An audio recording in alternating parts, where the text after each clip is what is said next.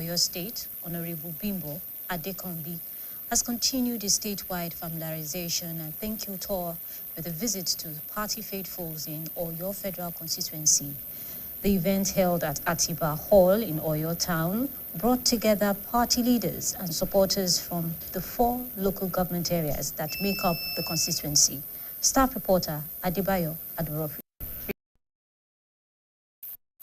It was a gathering of party leaders, stakeholders, and supporters from Afigio, Atiba, Oyo East, and Oyo West local government areas as the Allied People's Movement, APM, received its governorship candidate, Honorable Bimbo Adekombi, following his emergence as the party's flag bearer through a consensus arrangement. In separate goodwill messages, the Commissioner for Special Duties, Dr. Idowu Yeleke, former Speaker of the Oyo State House of Assembly, Right Honorable Maruf Atilola, Chairman of the Oyo State Fire Service, Honorable Maruf Akinwande, and member of the Governor's Advisory Council, Chief Sunday Ogunlade, expressed confidence in the party's candidates for the forthcoming elections.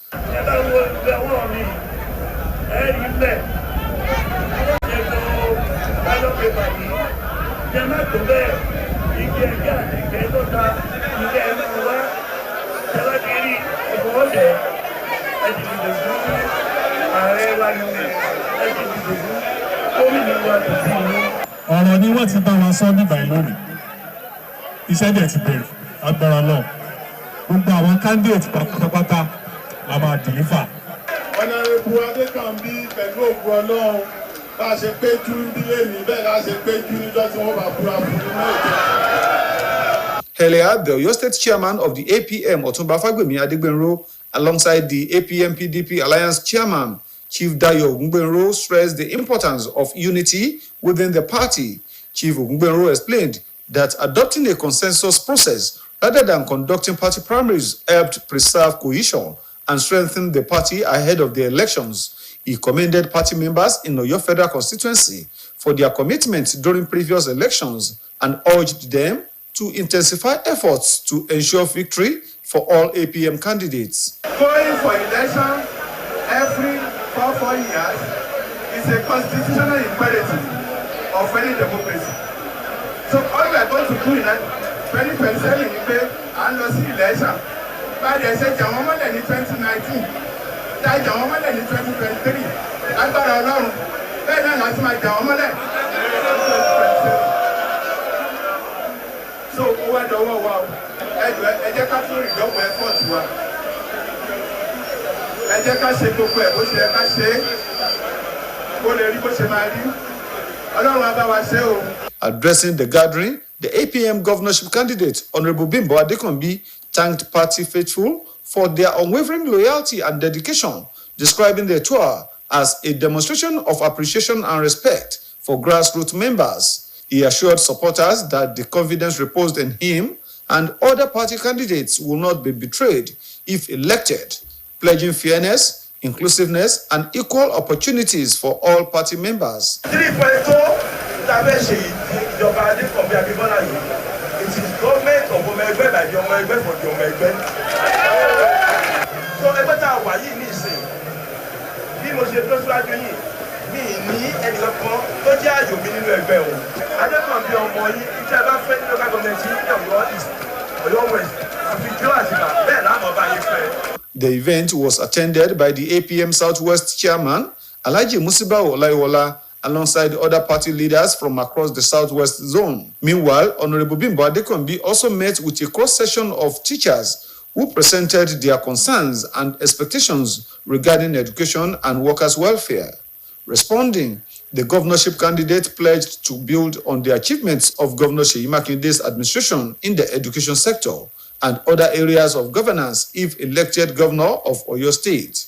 Adebayo Abdurafi, BCOS News. As the general elections draw near, political stakeholders have started engaging in consultations and meetings to ensure their parties emerge victorious. Engineer Muftau Opunsalau, who is the running mate of the Allied People's Movement, APM, governorship candidate in Oyo State, Mr. Bimbo Adekombi, on Wednesday, engaged the party stakeholders across the 5 local government areas in Ogbomoso zone at his Okeanu residence in Ogbomoso. BCOS correspondent in Ogbomoso, Adebremi Akomo, was at the venue of the meeting. His report is presented by staff reporter Bimbo Akombi.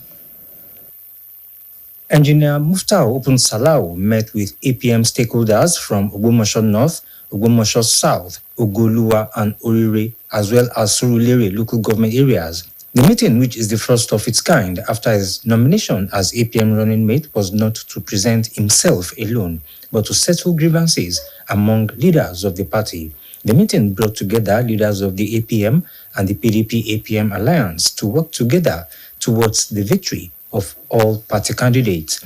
Addressing his guests, Engineer Open Salau expressed delight over full attendance of all invited stakeholders drawn from all the 5 local government areas in the zone, calling them to shelve grievances among themselves and be focused for the success of the party in the forthcoming elections. Engineer Open Salau said the meeting will be on a regular basis to ensure the party waxes stronger. This is one of such meetings that you will be seeing.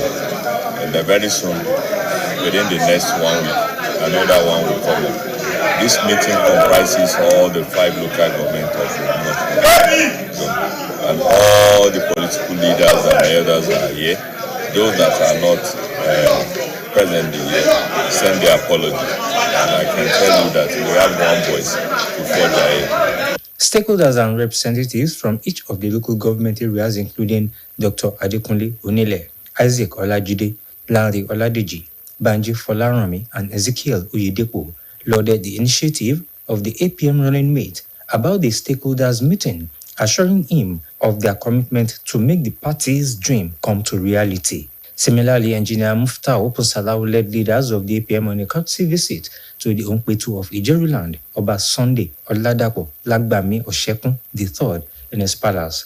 Engineer Open Salau disclosed that the visit was to officially notify the monarch of his nomination as APM running mate to its governorship candidate, Mr. Bimbo Adekombi, and to seek for royal blessing and support to ensure victory of APM governorship elections and other elections. While congratulating Engineer Open Salau, the monarch maintained that the Governor Makinde-led administration has touched lives of individuals in the state through various people-oriented projects, and this will make Honorable Bimbo Adekombi and his deputy to excel in the forthcoming polls.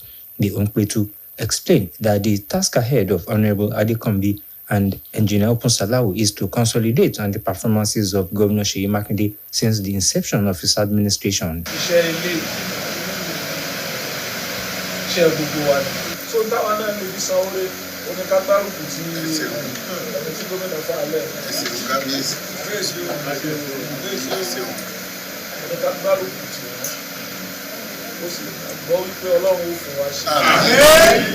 The reception was attended by Onkwetu traditional chiefs and bailes.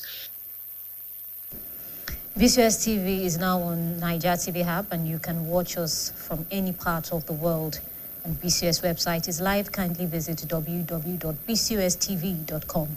You can also reach us on Go TV, channel 134, and channel 113, your star times. Now, before I go, contribute your own quota to move Oyo State forward. And that's the end of Oyo State today. Thank you for watching.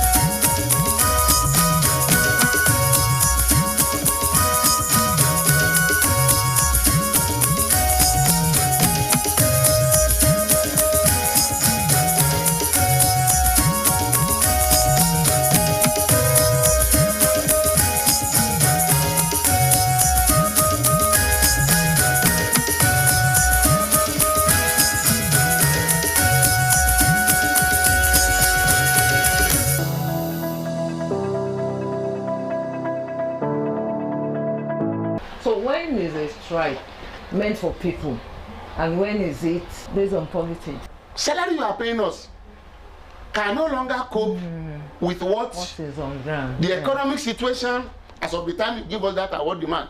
Yeah. Inflation has gone up due to hike in fuel, due to hike in electricity and all of that, increase our salaries. Let there be a review of minimum wage. When government resists minimum wage, then the right to strike becomes yours.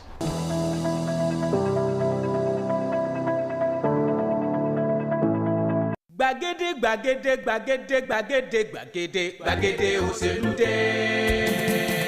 Ọ̀tún lọ́jọ́ ń yọ, ọ̀tún lòún ràn. Àrà ọ̀tọ̀ lẹ́tọ̀ gbàgede òṣèlú lọ́sẹ̀ yìí o. Ìdí ni pé oníbejì làlejò wa. Ṣé wọ́n ní inú ògbà láàyè ògbà, kárìn kápọ̀ yíyẹni.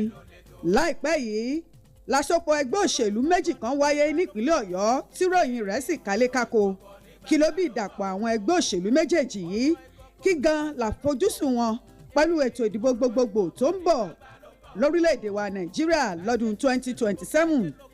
Èyí ló bí gbígbé tètò gbàgede òṣèlú fi gbé àwọn alága ẹgbẹ́ òṣèlú méjì ọ̀tọ̀ọ̀tọ̀, ẹgbẹ́ òṣèlú PDP àti ẹgbẹ́ òṣèlú APM wá sórí ètò gbàgede òṣèlú lọ́sẹ̀ yìí, níbi tá ìgbé máa gbọ́ gbogbo bí iṣu ṣe kú àti bí ọ̀bẹ ṣe bẹ ìdàpọ̀ mímọ́ èyí tó wáyé láàrin ẹgbẹ́ òṣèlú PDP àti ẹgbẹ́ òṣèlú APM látẹnu alága wọn olóyè Dayọ̀ Ògúngbénró tí ń ṣe alága ẹgbẹ́ òṣèlú PDP nípínlẹ̀ Ọ̀yọ́ àti ọ̀túnba Fágbèmí Adégbénró tó jẹ́ alága ẹgbẹ́ òṣèlú APM nípínlẹ̀ Ọ̀yọ́ lórí ètò gbàgede òṣèlú lọ́jọ́ sátidé láago 10 àárọ̀ sáago 2 lọ́sàn-án lórí àwọn ìkànnì iléeṣẹ́ wa BCOS gbogbo Olúyọ̀lé 98.5 FM, Òkè Ògùn 96.3 FM, Ajílété 92.1 FM àti lórí tẹlifíṣàn iléeṣẹ́ wa tó fi mọ́ àwọn ìkànnì ẹ̀rọ ayélujára iléeṣẹ́ wa gbogbo níbi tágbé máa gbọ́ gbogbo ohun tó bí àjùmọ̀ṣe tó wà láàrin ẹgbẹ́ òṣèlú PDP àti ẹgbẹ́ òṣèlú APM nípínlẹ̀ Ọ̀yọ́. Ẹ kú ojúlọ́nà. Ìbòyà gbogbo wa ló kan pátá.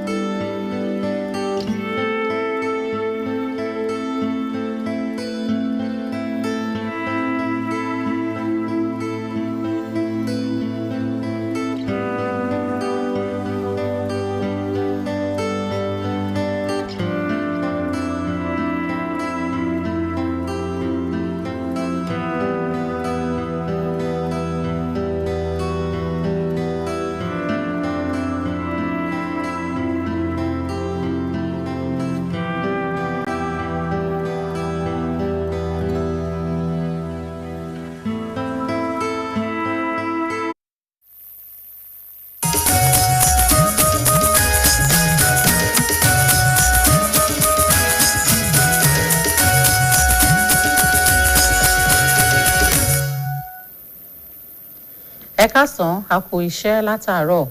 Ìròyìn ìpínlẹ̀ Ọ̀yọ́ ni mo mú wá fún yín. Bùnmi Elégbèdé lórúkọ tèmi. Olùdíje fún ipò gómìnà ìpínlẹ̀ Ọ̀yọ́ lábẹ́ àṣẹ ẹgbẹ́ òṣèlú APM Ọ̀gbẹ́ni Bímbọ́ Adékànbí ti tẹ̀síwájú nínú àbẹ̀wò ìfarakínra àti ẹṣé mọ́dúpẹ́ sáwọn ọmọ ẹgbẹ́ òṣèlú náà lẹ́kùn Ọ̀yọ́. Ètò ọ̀hún tó wáyé ní gbọ̀ngàn Àtìbà Akẹ̀sán nílùú Ọ̀yọ́ kó àwọn aṣojú ẹgbẹ́ náà àtàwọn alátìlẹyìn ẹgbẹ́ níjọba ìbílẹ̀ 4 tó wà lẹ́kùn ìdìbò Ọ̀yọ́ papọ̀. Akọ̀ròyìn wa Adébáyọ̀ Àbírọ́fíù jábọ̀ ìròyìn tó kù rèé, ẹ bá mi ká lọ. Àpéjọpọ̀ àwọn aṣáájú ẹgbẹ́ òṣèlú, àwọn ẹlẹ́kajẹ̀ka àti àwọn alátìlẹyìn ẹgbẹ́ òṣèlú Allied People's Movement APM ló jẹ́ tí wọ́n kórajọpọ̀ láti Àfijó, Àtìbà, ìjọba ìbílẹ̀ ìlà oòrùn Ọ̀yọ́ àti ìwọ̀ oòrùn Ọ̀yọ́ bí wọ́n ṣe ń gba àlejò olùdíje fún ipò gómìnà lábẹ́ àṣẹ ẹgbẹ́ òṣèlú APM ọ̀gbẹ́ni Bímbọ́ Adékànbí lẹ́yìn tí ó jáwé olúborí gẹ́gẹ́ bí olùdíje lábẹ́ àṣẹ ẹgbẹ́ òṣèlú náà. Nínú ọ̀rọ̀ ọ̀tọ̀ọ̀tọ̀ tí wọ́n sọ, kọmíṣánná fún àwọn àkànṣe iṣẹ́ ọ̀mọ̀wé Ìdòwú Oyèlékè, olórí tẹ́lẹ̀ nílé aṣòfin ìpínlẹ̀ Ọ̀yọ́ aṣòfin Maruf Atilọ́lá, alága iléeṣẹ́ panápaná ìpínlẹ̀ Ọ̀yọ́ ọ̀gbẹ́ni Maruf Akínwándé àti ọ̀kan lára ọmọ ìgbìmọ̀ olùgbaninímọ̀ràn gómìnà olóyè Sunday Ògúnládé fi ìfọkàntán wọn hàn nínú àwọn olùdíje tí ẹgbẹ́ òṣèlú náà fà kalẹ̀ nínú ètò ìdìbò gbogbogbò tó ń bọ̀ lọ́nà.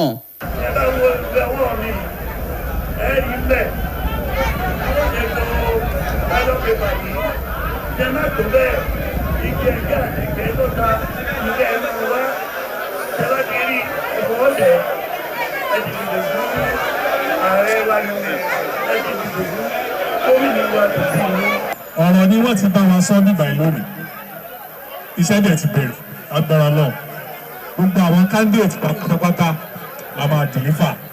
Ọ̀nàrẹ́bù Adékànbí pẹ̀lú ògùn Ọlọ́run bá a ṣe péjú nílé ní bẹ́ẹ̀ la ṣe péjú níjọ́ tí wọ́n bá búra fún un náà jẹ́. Ṣáájú ni alága ẹgbẹ́ òṣèlú APM nípínlẹ̀ Ọ̀yọ́ Ọ̀túnba Fágbèmí Adégbénró pẹ̀lú alága ẹgbẹ́ òṣèlú APM àti PDP tí wọ́n jọ ń ṣe àjọṣepọ̀ olóyè Dayọ̀ Ògúngbénró ṣàtẹnumọ́ bó ti ṣe pàtàkì tó kí ìṣọ̀kan kó rẹ́sẹ̀ walẹ̀ nínú ẹgbẹ́ òṣèlú náà. Olóyè Ògúngbénró ṣàlàyé pé fífi ẹnu kò láti fa olùdíje kan kalẹ̀ dípò ṣíṣètò ìbò abẹ́nú ẹgbẹ́ òṣèlú náà ló wáyé láti rú ẹgbẹ́ òṣèlú ọ̀hún lágbára ṣáájú àwọn ìbò tó ń bọ̀ lọ́nà.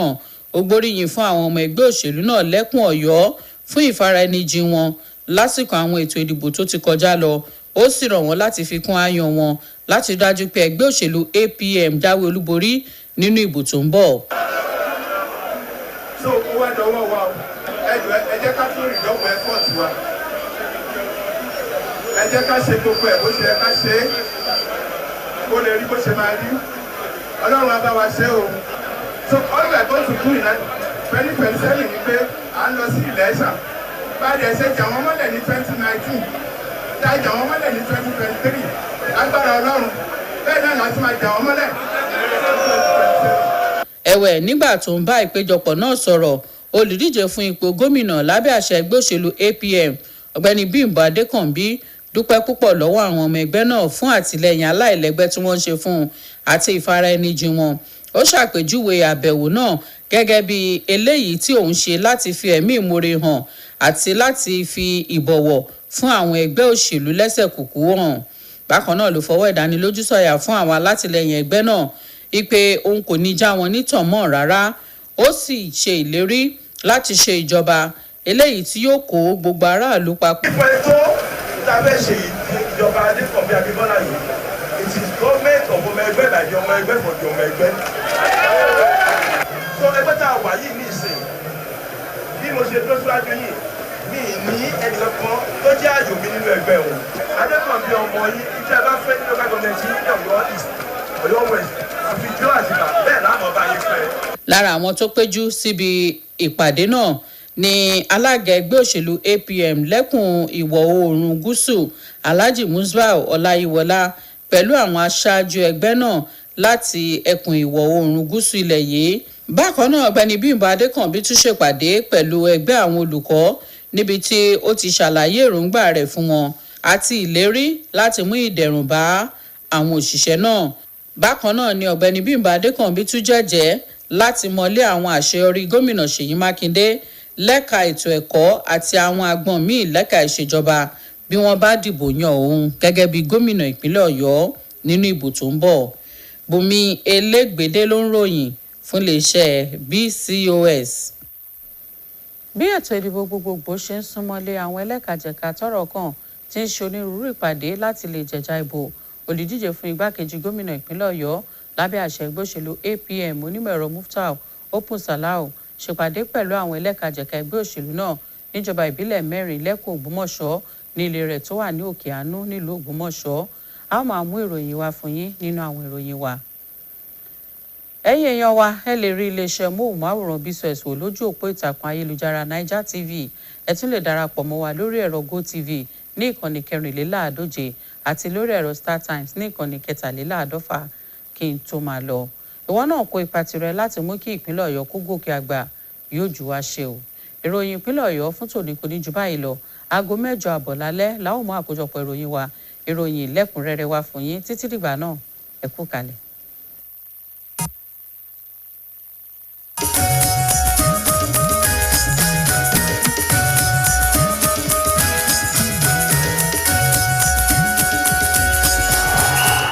FIFA World Cup 2026 is here. Watch all 104 matches live on Star Times, from the opening match to the final showdown. And this time, it's not just watching, it's watch and win. Subscribe or buy a Star Times decoder and stand a chance to win the 10 million naira grand prize, plus many exciting prizes nationwide with subscription packages starting from just 4,000 naira. Recharge now via Star Times app or visit any Star Times office or dealer outlet near you. Star Times, enjoy digital life.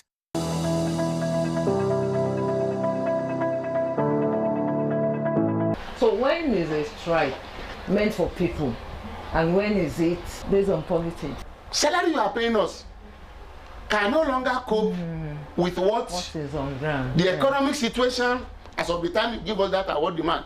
Yeah. Inflation has gone up due to hike in fuel, due to hike in electricity, and all of that increase our salaries. Let there be a review of minimum wage. When government resists minimum wage, then the right to strike becomes yours.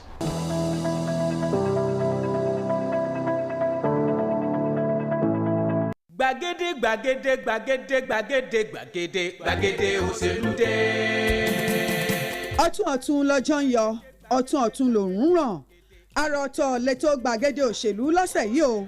ìdí ni pé oníbejì làlejò wa ṣé wọ́n ní inú ògbà láàyè ògbà kárìn kápọ̀ yíyẹni láìpẹ́ yìí lásopọ̀ ẹgbẹ́ òṣèlú méjì kan wáyé nípínlẹ̀ Ọ̀yọ́ tí ròyìn rẹ̀ sì kálé kákó. Kí ló bí ìdàpọ̀ àwọn ẹgbẹ́ òṣèlú méjèèjì yìí? Kí gan làfojúsùn wọn pẹ̀lú ètò ìdìbò gbogbogbò tó ń bọ̀ lórílẹ̀‐èdè wa Nàìjíríà lọ́dún 2027? èyí ló bí gbígbé tètò gbàgede òṣèlú fi gbé àwọn alága ẹgbẹ́ òṣèlú méjì ọ̀tọ̀ọ̀tọ̀, ẹgbẹ́ òṣèlú PDP àti ẹgbẹ́ òṣèlú APM wá sórí ètò gbàgede òṣèlú lọ́sẹ̀ yìí, níbi tá ìgbé máa gbọ́ gbogbo bí iṣu ṣe kú àti bí ọ̀bẹ ṣe bẹ ìdàpọ̀ mímọ́ èyí tó wáyé láàrin ẹgbẹ́ òṣèlú PDP àti ẹgbẹ́ òṣèlú APM látẹnu alága wọn olóyè Dayọ̀ Ògúngbénró tí ń ṣe alága ẹgbẹ́ òṣèlú PDP nípínlẹ̀ Ọ̀yọ́ àti ọ̀túnba Fágbèmí Adégbénró tó jẹ́ alága ẹgbẹ́ òṣèlú APM nípínlẹ̀ Ọ̀yọ́ lórí ètò gbàgede òṣèlú lọ́jọ́ sátidé láago 10 àárọ̀ sáago 2 lọ́sàn-án lórí àwọn ìkànnì iléeṣẹ́ wa BCOS gbogbo Olúyọ̀lé 98.5 FM, Òkè Ògùn 96.3 FM, Ajílété 92.1 FM àti lórí tẹlifíṣàn iléeṣẹ́ wa tó fi mọ́ àwọn ìkànnì ẹ̀rọ ayélujára iléeṣẹ́ wa gbogbo, níbi tágbé máa gbọ́ gbogbo ohun tó bí àjùmọ̀ṣe tó wà láàrin ẹgbẹ́ òṣèlú PDP àti ẹgbẹ́ òṣèlú APM nípínlẹ̀ Ọ̀yọ́. ẹ kú ojúlọ́nà. ìbòyà gbogbo wa ló kan pátá.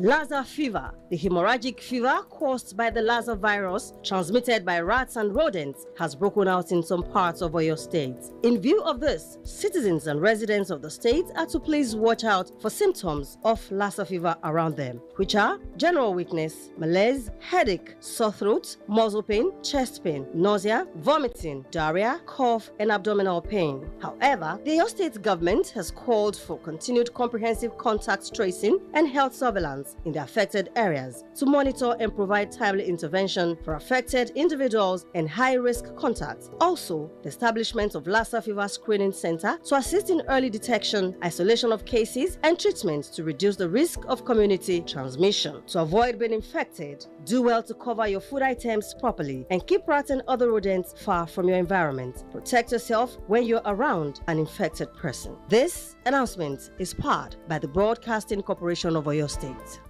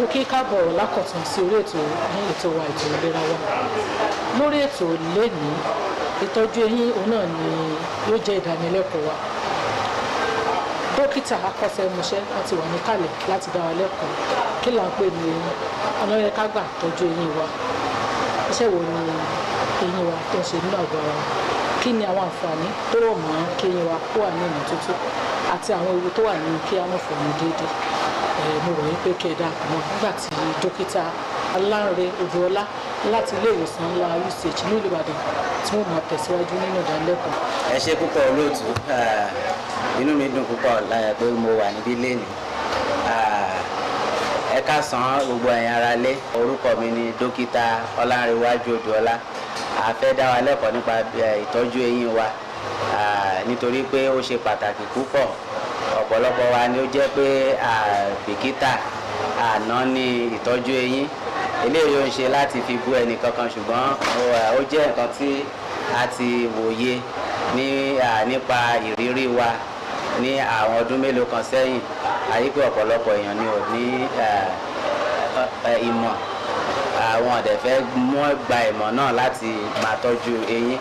Eyín jẹ́ àwọn nǹkan tí ó wà ní ẹnu wa, a ní ahọ́n ń bẹ, a ní oríṣiríṣi nǹkan ń bẹ nínú ẹnu wa, ṣùgbọ́n eyín ó ṣe pàtàkì jùlọ nítorí pé tá a bá tọ́jú eyín wa ọ̀pọ̀lọpọ̀ nǹkan ló máa ṣẹlẹ̀ láàgọ́ ara wa. Ọ̀pọ̀lọpọ̀ wa la rò pé àtàbà ti tọ́jú àgọ́ ara bóyá ẹ̀jẹ̀ ríru ni àbí tọ̀ ṣúgà àbí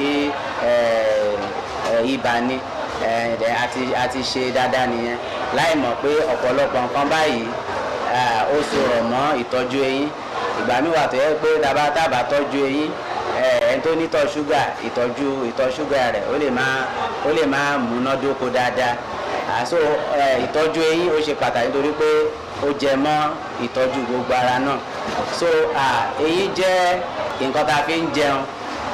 Ẹni tí ò bá léyín kò ní ṣe é wò dáadáa. Ẹ máa rí pé ńgbà tí àwọn àgbàlagbà tó bá ń dàgbà tán eyín bíi mélòó kan ti yọ kúrò, ẹ máa rí pé ẹ̀kẹ́ wọn máa apapó, wọn ní ṣe é wò dáadáa bó ṣe yẹ. So eyín ó ràn wá lọ́wọ́ láti jẹ́ kí a máa wò dáadáa. Ó dẹ̀ tí àbádẹ́ ní eyín lẹ́nu àní lè jẹun dáadáa náà. So ẹni tí dókítà sọ fún pé máa jẹ oúnjẹ báyìí ṣùgbọ́n tí ò léyín lẹ́nu, ẹ sọ fún mi bóyá ó ṣe fẹ́ jẹun dáadáa tí ó máa fi ṣe é wò. Nǹkan tá a bá dẹ̀ jẹ náà ni a máa gbé fò. So tí a bá jẹun dáadáa àní wò dáadáa. So mo fẹ́ sọ fún wa nípa bá ṣe máa tọ́jú eyín wa. A wà ní EHF outreach ní ìlú Apẹtẹrẹ nílùú Ìbàdàn ní Lágelú local government. Ọ̀pọ̀lọpọ̀ ìtọ́jú la wá ṣe ní ibi ìbàyẹ̀ lẹ́ni ṣùgbọ́n ìtọ́jú eyín ó jẹ́ ìkan nínú wọn. So láti tọ́jú eyín wa gbọ́dọ̀ máa fọnu ní ẹ̀ẹ̀mejì lójúmọ́. Ìgbà àkọ́kọ́ ni láàárọ̀ tábà ti kọ́kọ́ jẹun tán láàárọ̀. Mo mọ̀ pé ọ̀pọ̀lọpọ̀ la máa ní àtàbà jẹun tán kẹ̀ ẹ̀dá bá ti kọ́kọ́ jẹun tán láàárọ̀ la máa fọnu. Eléyìí ó ní ṣe pẹ̀lú pé tábà ti fọnu ní alẹ́ ká tó sùn kálá fọnu ká ní nǹkan tá a ṣe gbẹ̀yìn ni pé a fọnu ká tó sùn ní alẹ́, tó bá di àárọ̀ a lè jẹun ká wá fọnu. tó tá a bá ti fọnu tán àti fọnu nìyẹn, tó bá di alẹ́ tá a bá jẹ oúnjẹ alẹ́ tán a máa tún fọnu ìkejì ìyẹn ká tó lọ sùn. So ẹ máa rí pé ńgbà tá a bá tún jí ní àárọ̀ ọjọ́ kejì ẹnu wa.